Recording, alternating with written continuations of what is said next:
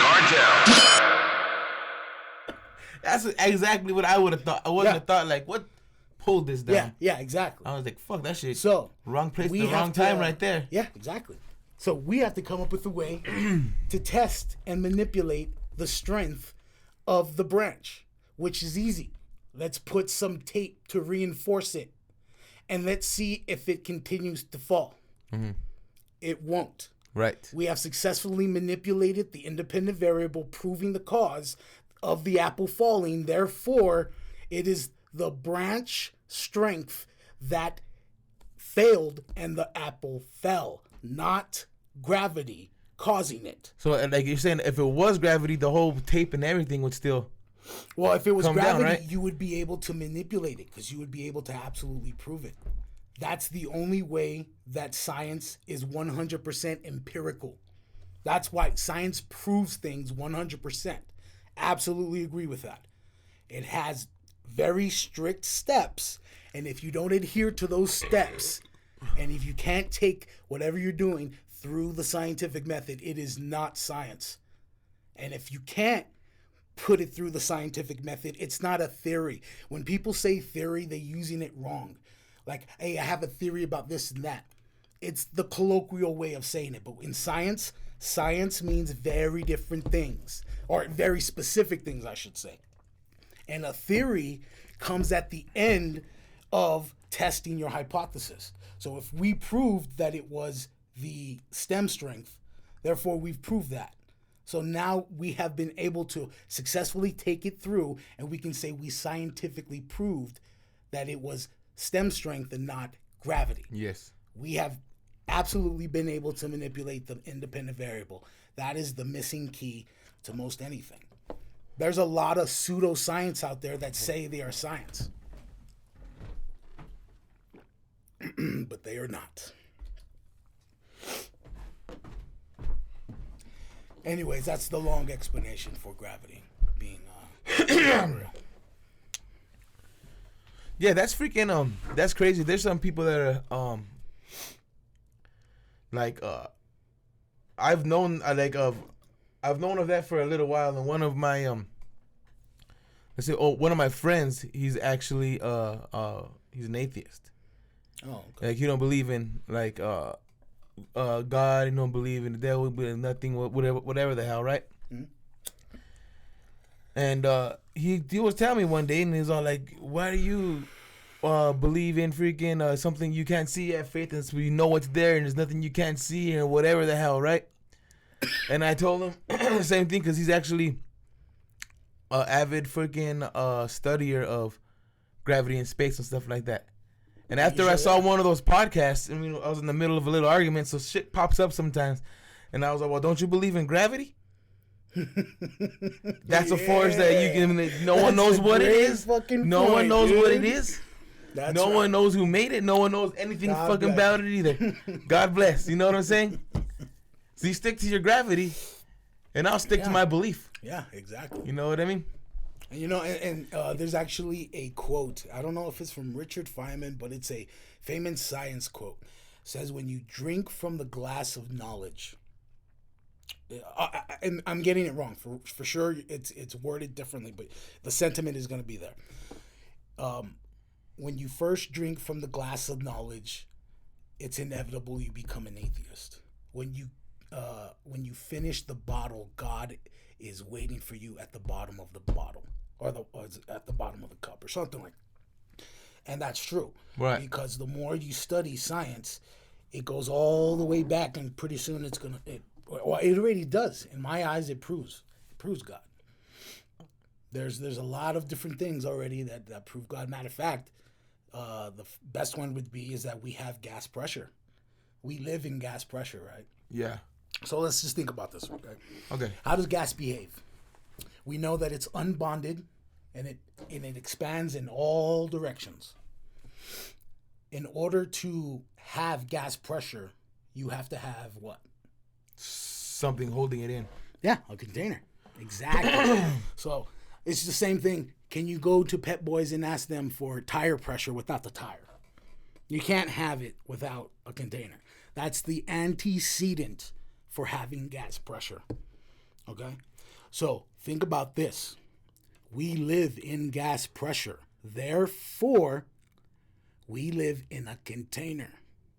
If we live in a container, that 100% means that it was created. If it was created, then there is a creator, which is the proof of God. Now, it's a big leap for some because they haven't studied any of this. I'm pretty sure there's motherfuckers right now talking, he doesn't know shit, blah, blah, blah. Go look it up for yourself. Right. Like, I go look it up. Show me how I'm wrong in any fucking way. And you're not going to be able to. But we live in gas pressure. Right. And we have to have a container in order to have gas pressure. In the Bible, it says God created a firmament and we live under the firmament. Exactly what he said. And the firmament's like a dome, right? Or what is it? Yeah. It's like flat and a dome. Essentially, it would be a dome. One of those winter shakies things. Oh, yeah, a snow globe. A snow globe. That would be a close representation of it, yeah? That's freaking crazy. It's crazy just to talk about that. Yeah. Now, the first thing that someone's going to say, there's different pressures at different whatever. That's a pressure gradient. Mm-hmm. You're absolutely right. There are pressure gradients. So they'll say like that the pressure, the atmospheric pressure that we have here won't be the same if you climb up to the top of a mountain. Right. It'll be different. You're right. Absolutely. That's what you call a gradient. And in order to have a gradient, you have to first have gas pressure. Wow. You can't get around it. Now, if what they say is true, they say space doesn't exist. No one's been to space. How do I know? Because we live in a container.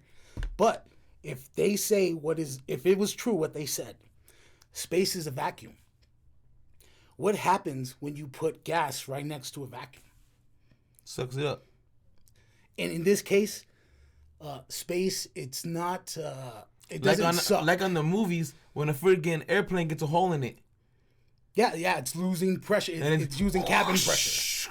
Yeah. That's what you're saying, right? Yeah, exactly. So if there was gas pressure, which we go outside, we experience gas pressure, and there's nothing to contain it, it's just, you go straight into space.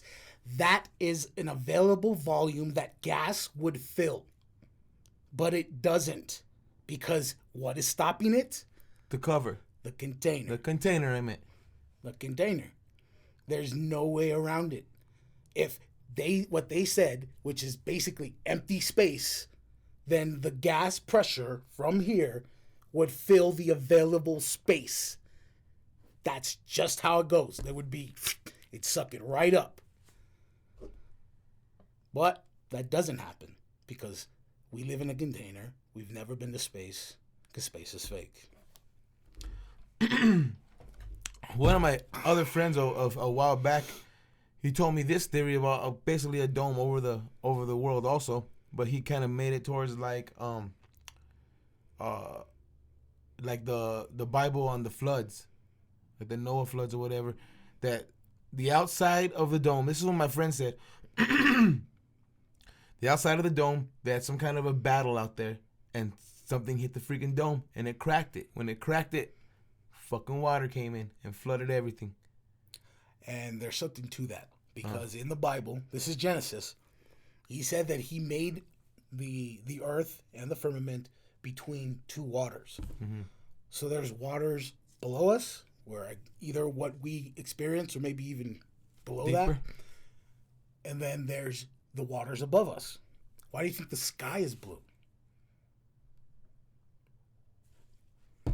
Nobody, I don't think that's something that science has proven or in any way. Like, why is it blue? But it's simple, because there's waters above there. The firmament is I would assume clear.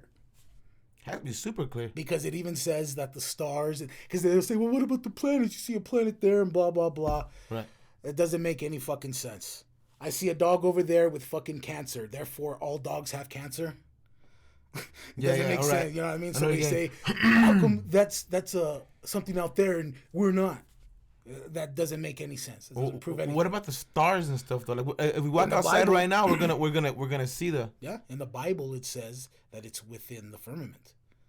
Now, everybody here, or not everybody here, but everybody now that has a P900 or a P1000, you can get very, very zoomed in close-ups, clear as fuck. So, Yeah. So what are people doing now? They're getting close-ups of stars. When you get up to it, all you see are lights. And matter of fact, what it looks like is, you know how like you're in a pool and the light is coming and then it has the waves? Yeah. That's what it looks like. Like if you find some, you can put some up on the screen or whatever, but you can find it. It looks just like light Waves shining through water. So then, what are those lights then? Nobody knows. Nobody knows. They don't know either. So what about the moon and the sun? Matter of fact, the latest thing that the European Space Agency said is that the moon is actually within our atmosphere. That's something that I always kind of thought because it's so. I think it's.